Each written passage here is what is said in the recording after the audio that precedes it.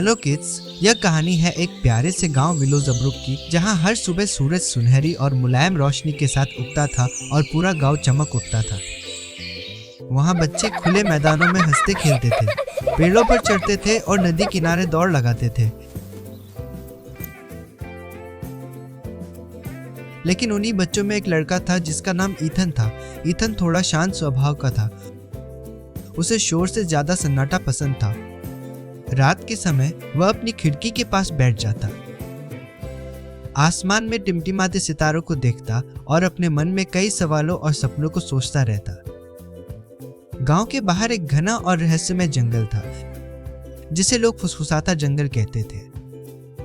लोगों का मानना था कि वहां एक खतरनाक राक्षस रहता है, इसलिए कोई भी अंधेरा होते ही उस ओर नहीं जाता था। लेकिन एक रात ईथन ने उस जंगल की दिशा से आती हुई एक अजीब सी आवाज सुनी। वह आवाज गुस्से की नहीं थी, बल्कि किसी के दुख और अकेलेपन की लग रही थी।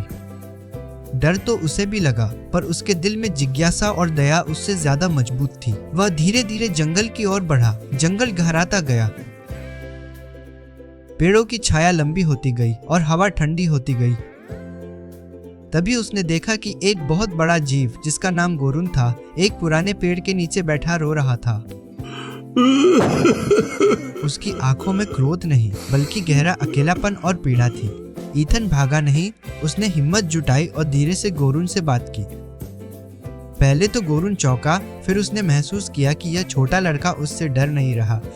धीरे धीरे दोनों के बीच बात शुरू हुई और फिर दोस्ती में बदल गई।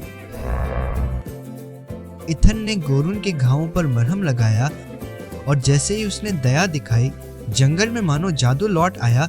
सूखे पेड़ों पर फिर से पत्ते उगने लगे, रंग बिरंगे फूल खिल उठे और जानवर वापस लौट आए।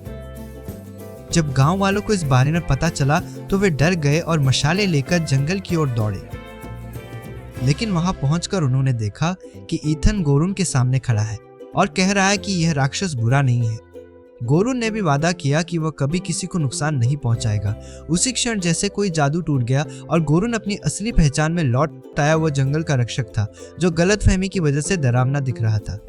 गांव वालों को अपनी भूल का एहसास हुआ और उन्होंने ईथन से माफी मांगी। उस दिन के बाद गांव और जंगल के बीच डर की दीवार गिर गई और दोनों में दोस्ती हो गई। और ईथन ने यह सीखा कि प्रेम और दया की ताकत किसी भी डर से कहीं ज्यादा बड़ी होती है।